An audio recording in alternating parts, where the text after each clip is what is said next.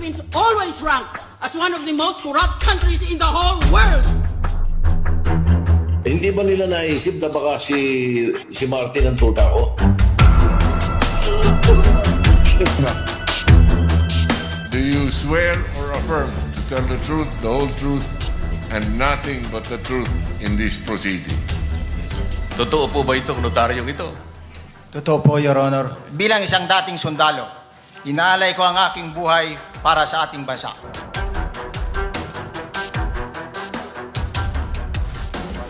Ulit kong sinasabing sinungaling si Boying. Yan ang sinasabi kong bumaba na siya. Yan ang gusto na rin ng taong bayan. Wala na siyang credibility. Unang-una, anak niya, di ba?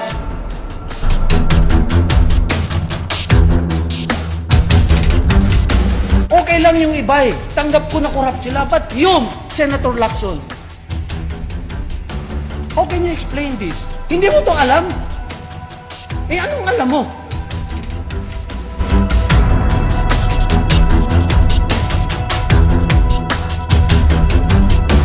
Interested person to ferret out the truth, which you're so far from seeking, Your Honor. Which so far you have avoided. Do not tell me you're here. You have avoided. I have not avoided. Your last hearing was October 4, Your Honor. You want to debate with me? I'm just telling you. In September 11. Is it not true that you avoided it? In September 11, when we had the meeting, I told you in our meeting, dyan sa baba, September 11, that I will continue to answer all your questions in affidavit form. Until today, after 5 months, not a single question pinadala mo sa akin. And who are you? If you're interested about the truth, you have asked me those questions. I will always answer them in affidavit. And you've been telling the public that I do not want to participate.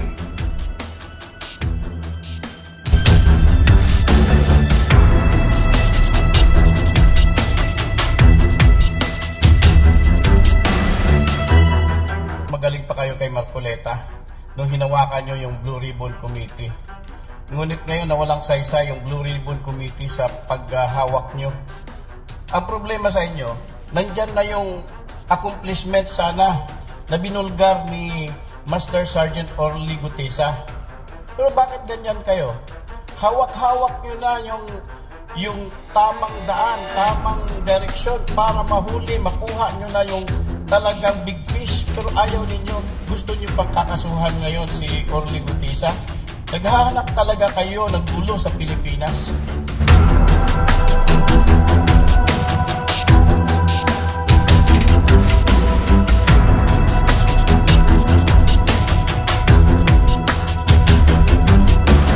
Buo ang aming suporta at sa mga lahat na sumusuporta sa kanya, kami po ay nagpapasalamat sa inyo. At good luck sa mga basher.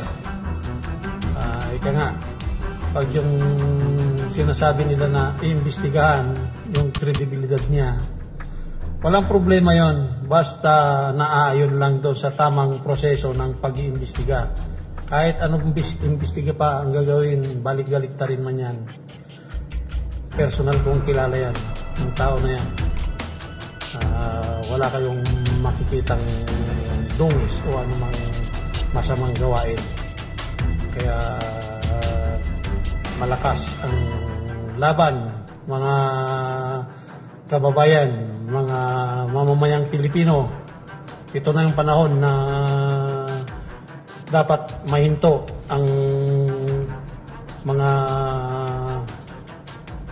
kagagawan ng mga politiko, mga mandarambong.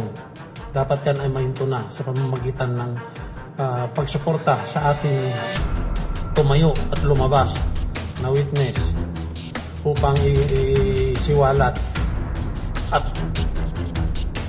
malaman ng buong bayan ang katotohanan na nangyayari sa kabahan ng bayan. So, mga guys, abangan natin ang lahat ng yugto ng kabanata ng investigasyon ito na ginagawa ng Senate Blue Ribbon Committee upang tayo ma-update. So, doon lang tayo sa katotohanan, mga kababayan. Suportahan natin ang ating natatanging naglakas loob na isiwalat ang katotohanan. So, muli, maraming salamat sa inyo. Mabuhay tayong lahat, mabuhay ang Marines. Wah!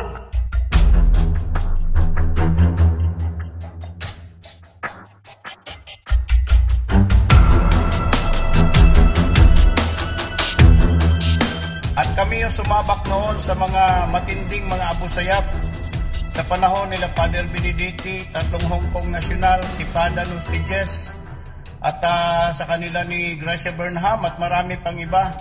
Hindi na rin mabilang ang mga naranasan naming ambush, mga encounter na hindi mabilang hanggang sa panahon ng all-out war ni Iraq. Kaya yan si Master Sergeant Orly Gutesa, isang warrior yan ng Philippine Marines. At nandyan sa kanya yung tapang, katatagan, respeto at professionalism.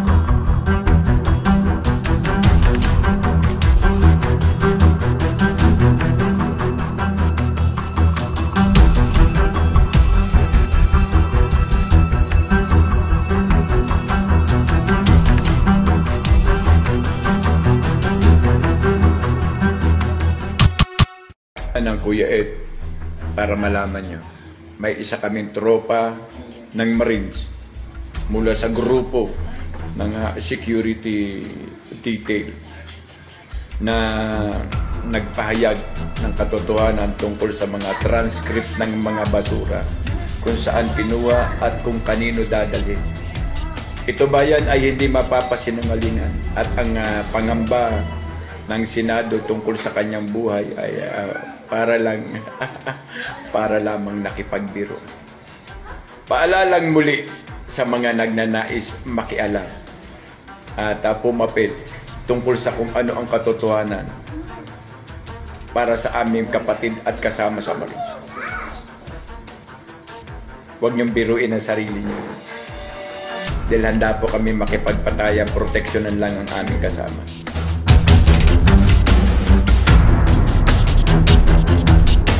Among the three branches of government sa AFP, to me, Marines, pinaka-the best. Aminado ako, Army ako. Kailan mas mahusay, mas disiplinado, mas the fightingest unit in the armed forces, Philippine Marines. Wow! Dahil kabaro ko sa Philippine Marines, ang sentro ngayon ng atake, si Master Sergeant Gutesa, na dumalo sa pagdinig. Alam nyo na, hindi ko na babanggitin, nilayo ko ng mga ganyan-ganyan. Ito yung unang pagkakataon na may ganito akong paksa. Alam nyo naman, pakanta-kanta lang ako, yung mga inspirational messages ko. Ayoko sana sa ganito. Pero kahit sa munting pamamaraan lang, matulungan ko siya kung paano magpaliwanag. Yung sinasabi na peke na notaryo doon sa kanyang sinumpaang salaysay. Okay? Unang-una, kapag pumunta kayo doon sa malalaking kampo, halimbawa Kampo Aguinaldo, Kampo Crame, pati NBI, pati DOJ, doon mismo sa harapan, ang daming nagnonotaryo doon. Yung transaksyon mo sa loob, uutusan ka nung concerned office na yan, magpanotaryo ka muna. Ngayon, lalabas ka, ang dami doon nakahilera, mga pwesto. Pero hindi nyo doon makikita yung mga abogado. Kalimitan, andun lang yung kanilang secretary o staff. Sila na yung pipirma. Pero bakit tinatanggap yun? Kasi walang issue. Ito, may issue dahil siya lang yung kaisa-isahang bumanggit doon sa pangalan na binanggit niya. Alam ko yung iba sa inyo, naranasan na nila yan. Walang abogado. Ang pipirma doon, yung secretary lang. Sa probinsya, kalimitan ang nakikita doon kasi yung mga abogado din. Pukunti lang yung tao eh. Pero sa Metro Manila, sabi ko nga, kalimitan, staff o secretary lang. Marami pang nagsasabi doon, nakakasuhan daw siya. Anong ikakaso nyo doon? In good faith naman yung pagpapirma niya. In good faith naman yung pagpapanotaryo niya. Oh, di ba? Ang kasuhan, yung secretary ng abogado, yung pumirma doon. At pustahan tayo. Kung kontra doon sa binanggit niya na pangalan, yung abogado na yun, hindi na yun magre-reklamo, di ba? Number 2. Ito yung sitwasyon na bibihirang mangyari, pero naranasan ko kasi yun. Yung, pwede namang siya yung pumirma, halimbawa lang, siya yung pumirma. Pero tinakot na siya. Takutin siya. Hindi naman yung takutin na may mangyayari sa iyo pag hindi mo talikuran yung pirma mo. Hindi naman ganoon ang manakot. Alam niyo yung manakot? Kasi sabi ko nga, nasubukan ko na lahat yan. Simple lang yan. Halimbawa, tatawag ka. Attorney, kung hindi mo tatalikuran yung pirma mo na yun, alam ko kung saan nag-aaral yung mga anak mo. Ganoon lang panakot. Ang dali lang yan. Di ba? Simple lang. Eh, siyempre si attorney, ano na yan, talagang parang nasindihan na yung point niya yan. I-deny na niya. Pero bibihirang mangyari yun. Ito pa, yung sinasabi nila na sinungaling daw si Kaputi, hindi mo kilala yung tao. Ako, kilala ko siya personal. Ang sundalo may kanya-kanyang field of specialization. Pantry, supply, quartermaster. Kami, parehas kami ng field of specialization. Kaya alam ko yung diskarte niya. Yung hindi niya pagdalo sa paanyaya ng DOJ, diskarte niya. Diskarte ng intel niya. Ikaw, inimbitahan ka, alam mo na ang laking tao yung binanggit.